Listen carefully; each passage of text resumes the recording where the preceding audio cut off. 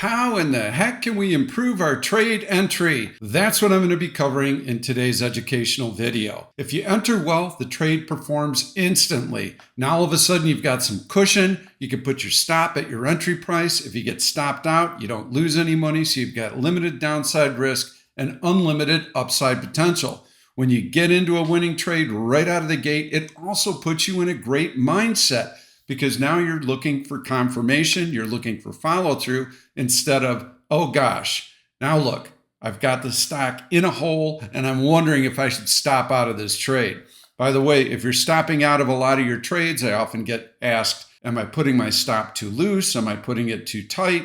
It seems like I have big losers when I have it too loose. It seems like I'm missing winners when I have it too tight. If you enter well, all of that goes away. But before I get started, I'd like to ask you for a favor. My goal is to reach as many traders as I possibly can with these educational videos. So if you find this content useful, please give it a thumbs up, subscribe to my YouTube channel, and share this video with other traders that you know. So these are the concepts that we're going to be taking a look at. The market, cycles, the strategy that we develop around the market cycle. What's the context of the current move in the larger picture? Then we're going to drill down to the stock. We're going to be taking a look at specific stock patterns that we want to have. What cycle is the stock in? Is it coming up on earnings? What is that overall context? And then finally, once we have all this information, we're going to develop a game plan. And I'm going to use some examples from today, actual trades that I did today, so you'll be able to see how all of these puzzle pieces fit together. Hopefully, this is going to provide you with some answers to your questions. So as we get started, what I'd like to do is show you this graphic. What the heck is this? What does this have to do with trading? Well, most traders think in two dimensions. They see the price axis and they see the time axis, and it's just a two-dimensional blob with a lot of colored rectangles on it. The first thing I'd like to do is to get you not to think that way. This is a gigantic combination lock. And when all of the tumblers line up, that's our window of opportunity. And that's how entries set up. And we don't compromise on any of these. We have to wait for all of these influences to converge at one point and one time. If you take a look at these blue squiggly lines, you can see there are actually two lines here. There's not one line, there's two lines here. And there's actually a third line right in here. And if you take a look at the yellow colored or orange colored lines, you can also see, well, wait a minute, there's a fast line, there's a slow line. There's an awful lot going on here. These are the tumblers that I'm talking about. Let's say that the blue represents the market. Okay, well, there's a fast line and a slow line. And the fast line can be a shorter time frame. The slow line can be a longer time frame. There's also this yellow line. That can be the stock. The slow line could be the long-term perspective on the stock, and the fast line could be the short-term perspective on the stock. So what has to happen is that across all of these dimensions, we have to have alignment. And when we have that, our opportunity sets up and our odds are extremely high. I'm going to show you how all of this fits together. In these rectangles right here, you'll see that this line and this line for the orange series, and this line and this line in the blue series, everything is lined up. We have the market long-term. We have the market short-term. We have the stock long-term. We have the stock short-term. Everything is in alignment and everything is pointing in the same direction. Similar situation here and here. Similar situation here and here. These, folks, are our windows of opportunity, and we have to wait patiently for them to line up. So one of the first things that I had mentioned in the video today was, what market cycle are we in? The market drives all of our trading decisions. All of them. We are, in essence, trading the market, but we're riding the fastest horse, that being the strongest or weakest stock, depending on which side of the market we're on. So if I take a look at market cycles, let's say that we're coming out of a bearish market cycle. So we've got a higher low double bottom. We're through a horizontal resistance point. And after this big bounce, we're through that horizontal resistance. This is the start of a bullish market cycle. Do you know what happens to asset managers who are trying to get on board with this 100-year market cycle and they are coming out of a bear market? They are hungry. The bear is out of hibernation. These guys are hungry. They're eating everything in sight. They're going to be super aggressive. And so as we're coming out of this bear market cycle and we're getting into a trend reversal, now we're entering a bullish market cycle. The action's going to be very, very fast, okay? You're going to see long green candles stacked one on top of the other. That means that we're going to be approaching this differently. That means I'm going to be focusing on longer term swing trades. I'm going to be buying them 2, 3, 4, 5 months out even, expecting lots of powerful follow through to the upside. So my strategy here is going to be much different. If I start getting into the middle stages of a bullish cycle, still very, very strong. I've got some resistance hitting around the major moving averages. I'm expecting that those are going to be brief pauses. There's going to be some compression. There's going to be consolidation around them. And then when we finally get the breakout through those moving averages, I can expect some nice follow through. And I don't expect to spend a lot of time there. Again, the point that I'm trying to make is my strategy is going to be different. I'm going to be taking longer term positions because I'm expecting this to continue higher. Well, how do you know though, Pete? I mean, really? I know because the dips are brief and shallow. The market hardly has any compressions. It hardly has any dips because every little share that's offered, all the supply that comes to market is instantly gobbled up. And so when we look at the chart, it shows a strong trend. If you drill down to the individual price bars, you're going to see lots of stacked green candles closing on their high. That is a sign that buyers are firmly in control and that there is a sense of urgency. As this bullish market cycle starts to mature, now all of a sudden the dips start getting more prolonged. They're deeper. It takes us longer to recover from them, and we start seeing these marginal little new highs. Okay, the rally is starting to get tired. The momentum is starting to wane.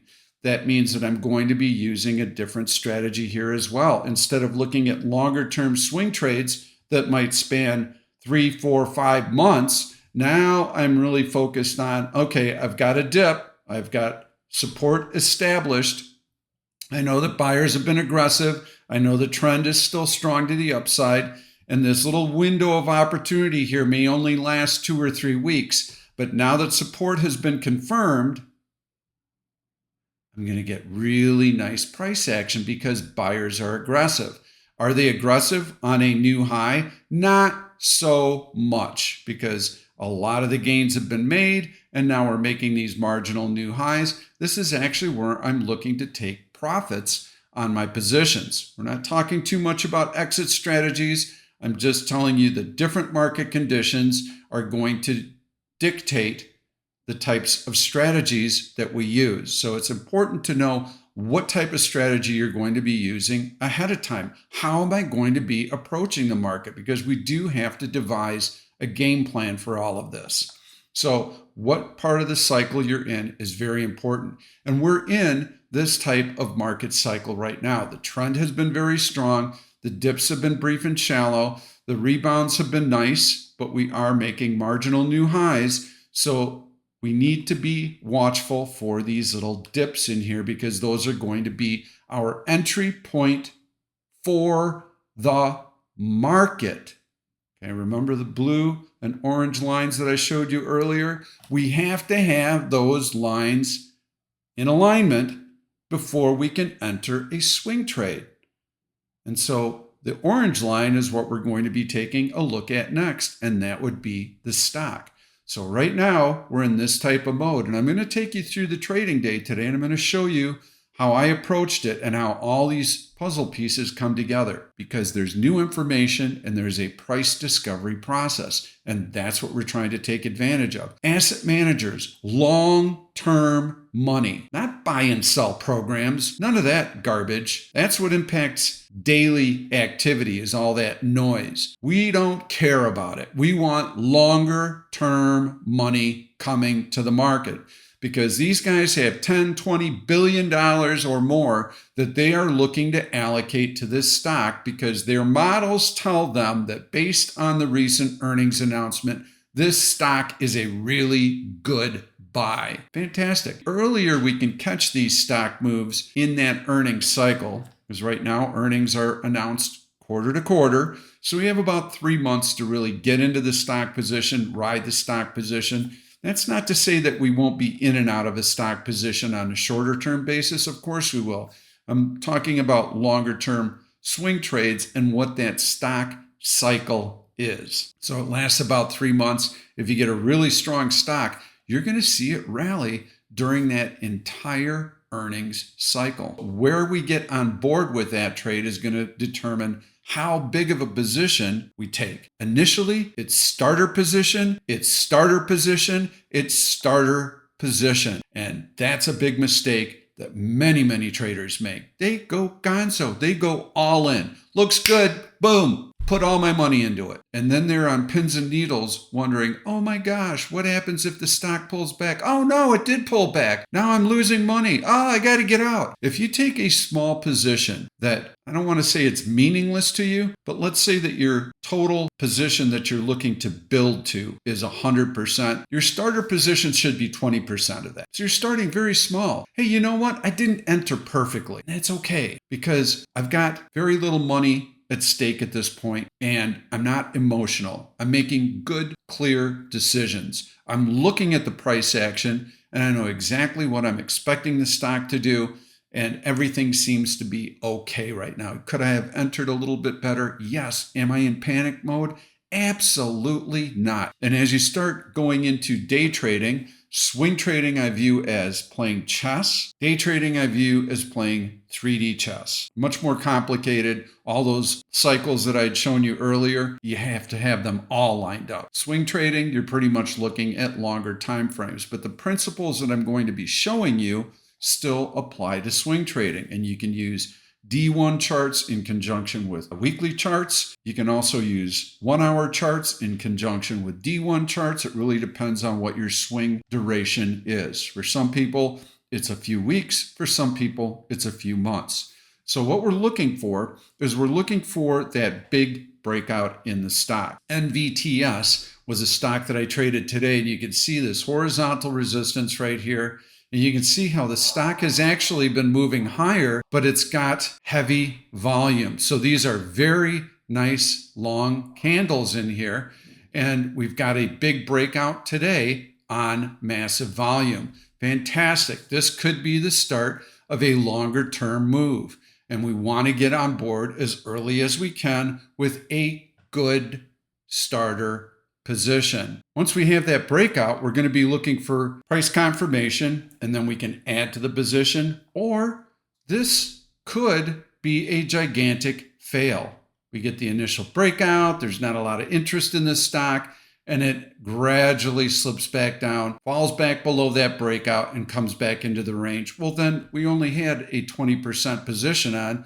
We're going to stop out of the trade, and we're going to take our loss. When we get into these types of stock positions, and I'll put up maybe GLW, I think is a stock that I highlighted last week. And here you can see, there's your earnings before the open, nice big breakout. Okay, hey, look, there is some new news here. Earnings announcement, asset managers love it.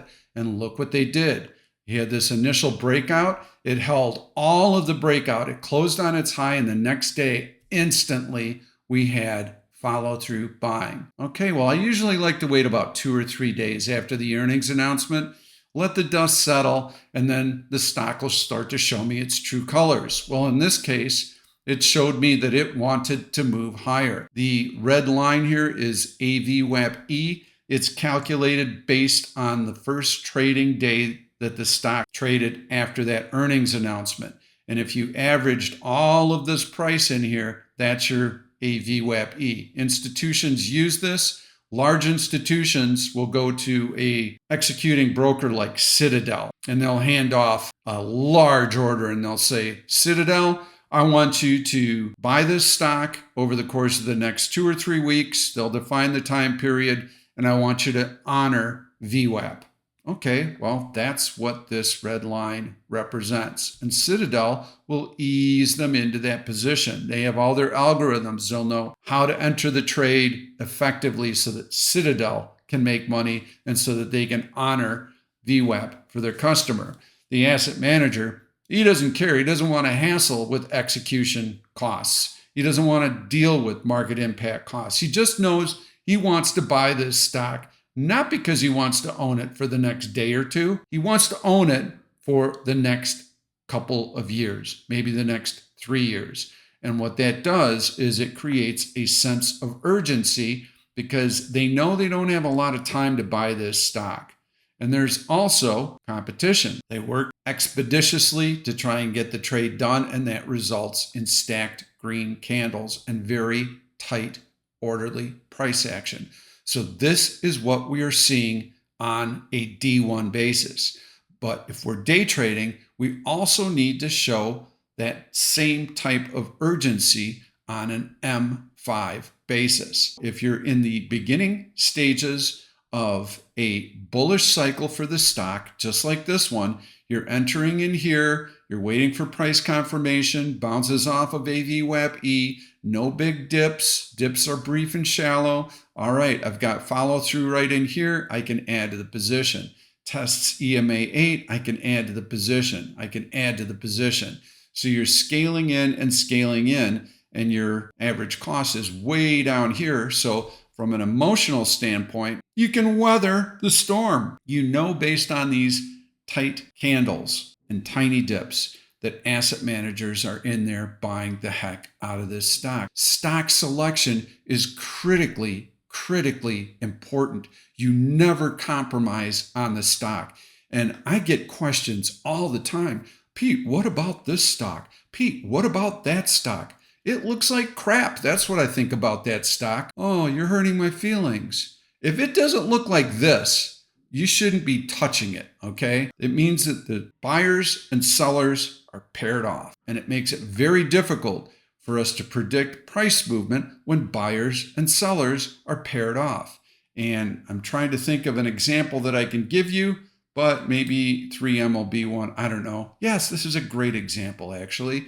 Look at this garbage. You can't predict where this stock is going. Oh, look, a breakout. Look, it falls. Oops. Oh, look, here it goes. No, you need that nice, tight price action because it tells you that in this instance, buyers are in control. They are aggressive. There's a sense of urgency. They are driving that stock higher. And you don't have to worry that you entered poorly because, oops, the bottom fell out. It's not happening in GLW. Okay? GLW is on a flippin' mission. So stock selection is super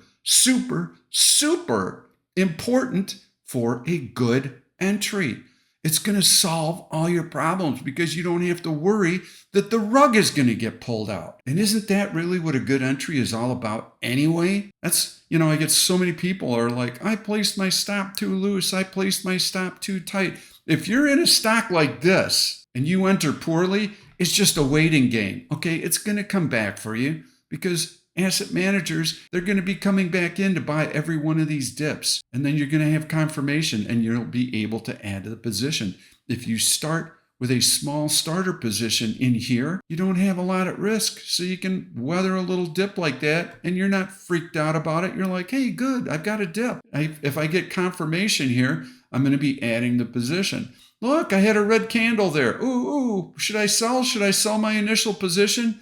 Your mental mindset should be, heck no. This red candle is instantly reversed. That's price confirmation. I'm going to add to the position. Again, you're entering, but you're adding to the position. Picking the right stock is critically important, and knowing where you are within that cycle is also important because it's going to help us determine the type of strategy that we're going to be doing.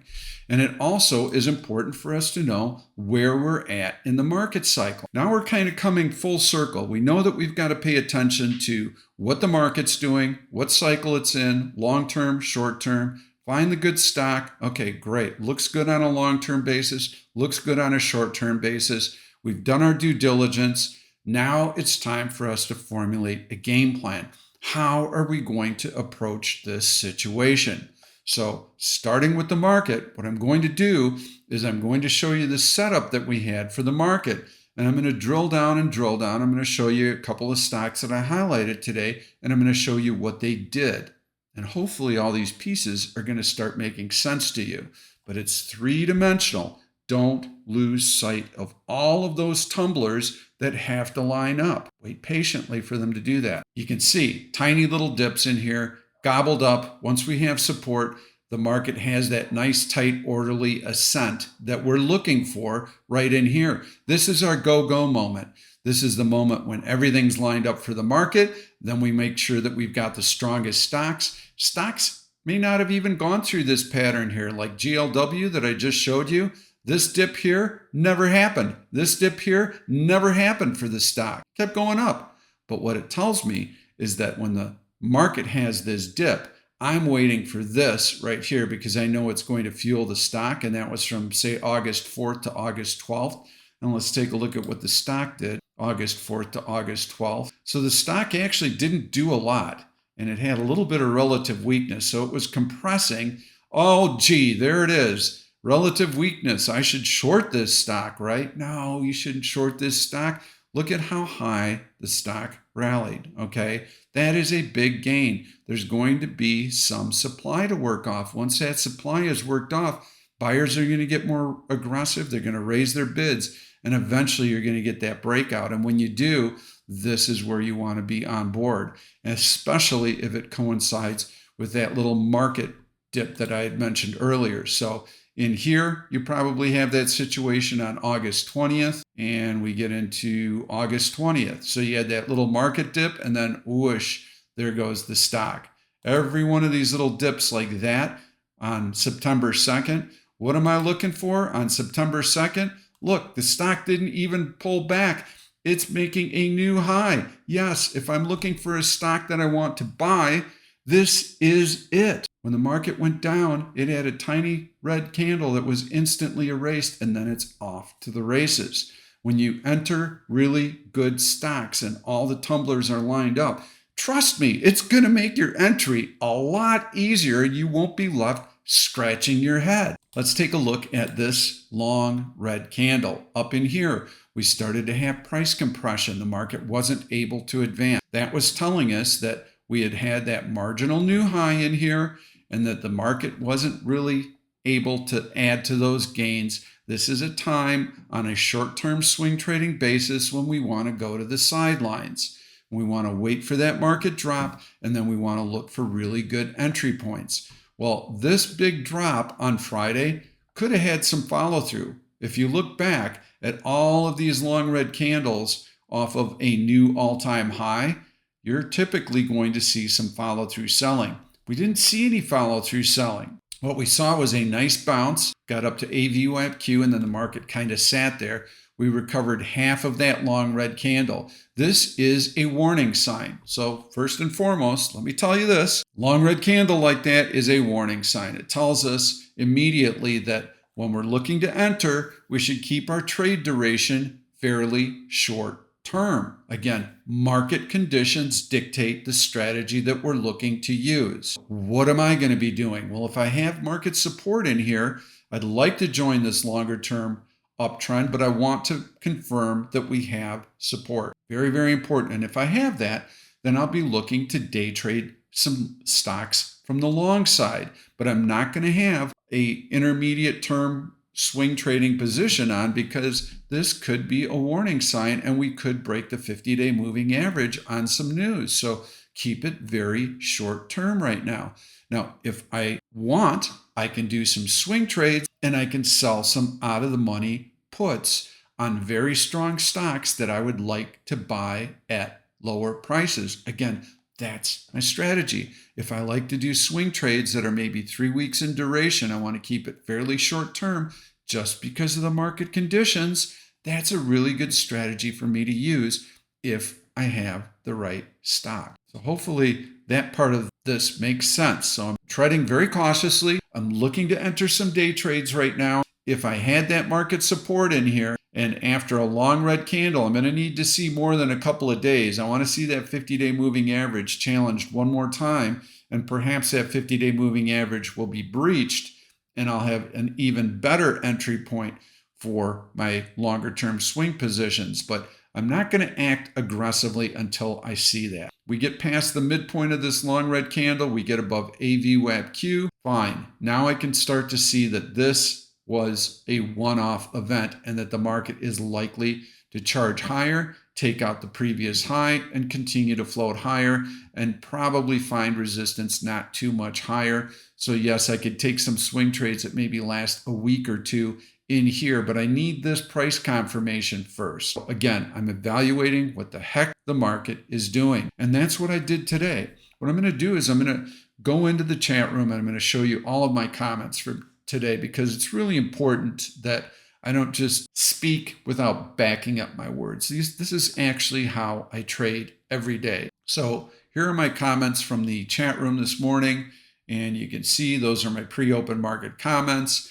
I'm talking about what I feel the market's going to be doing today. I'm putting together my game plan. Very, very important, because when everything starts to happen real time, I'm not fumbling around going, I don't know, is this a rally? Is this a bounce? What should I be looking for? What are the patterns I think are going to shape up here? You need to be a chess player who looks at the market as an opponent. Okay, here are the most likely scenarios. I've made my move. What are you going to do? Okay, there are a few moves that you could make. Here's the one with the highest probability. If you do this, I'm going to counter with that. If I counter with this and you counter with this, I'm going to do that. Chess has probably helped me become a good trader more than anything else. It's that line of thinking. It's that anticipation. It's that strategic planning. It's that proactivity that you really need to have. The ability to look forward and to know exactly how you're going to respond. So yes, chess has helped me more than any MBA class I ever took. These are my pre-open market comments, and I'll show you exactly what my thought process was. So 1OP is rising. If the SPY stays near the low of the day, the next bearish cycle could take out the 50-day moving average. I'm going to explain all this, so don't worry. If that happens early in the day, the move has a chance to accelerate. If we go through the bearish cycle without a new low of the day, now buyers will gain some confidence. They'll see that support is forming, and then we could have a nice bounce after a couple of hours. What would be our best scenario for us today? And I'm posting this 25 minutes after the open. The best scenario for us is that the downside, so the downside's fairly risky for us to play. Why? Because that 50-day moving average is sitting right there. And this morning we were right on it on the open. Well, that's a support level. And that's also the low from Friday's candle. So there is support, and the risk of having this fly back into my face is pretty high if I'm looking to short the low of the day. What would my best case scenario be? And so I point out why the downside would not be our best case scenario. Stacked green candles into the gap would be our best bet. That would confirm that support has formed. We have a test of the low from Friday, we have a test of the 50-day moving average, and we could start to fill the gap together, and we could start to see a nice trend higher today. Boom, half an hour into the open, I'm long NVTS. And I'm also going to show you, I reference XLF. Walmart looks good. So that is 45 minutes into trading. We're going to take a look at both of those stocks, and we're going to take a look at how we would have forged a game plan around those and how that would have determined our entry for the trade. Seeing how all of these cycles sync up. Long-term market, short-term market, long-term stock, short-term stock, all very important. When they all come together, we've got our entry point. At this stage, we've gone through a lot of the process. We have our market bearings. We know which part of the cycle we're in. We know the type of price movement that we're looking for. We have a stock that we've honed in on. We've seen the breakout. We know which part of the cycle it's in. Everything is starting to get in alignment, and we've started to formulate a game plan. So in the next video, what we're going to do is we're actually going to execute the game plan. We know what types of price action we're looking for on the open, and we're going to see what we get. We don't know right now, but we do know how we're going to respond to these different situations. So this is going to conclude our first video. Again, please give it a thumbs up if you like the content. Share it with other traders that you know are trying to learn how to do this, and we'll see you in the next video. Thank you. See how we trade live every day and take our 14-day free trial. I won't even ask you for a credit card. Dive into the action and trade alongside of us. Your downside is that you get some great trade ideas. Your upside is unlimited because you'll learn the skills that you need to be profitable. Check out OneOption.com and see for yourself.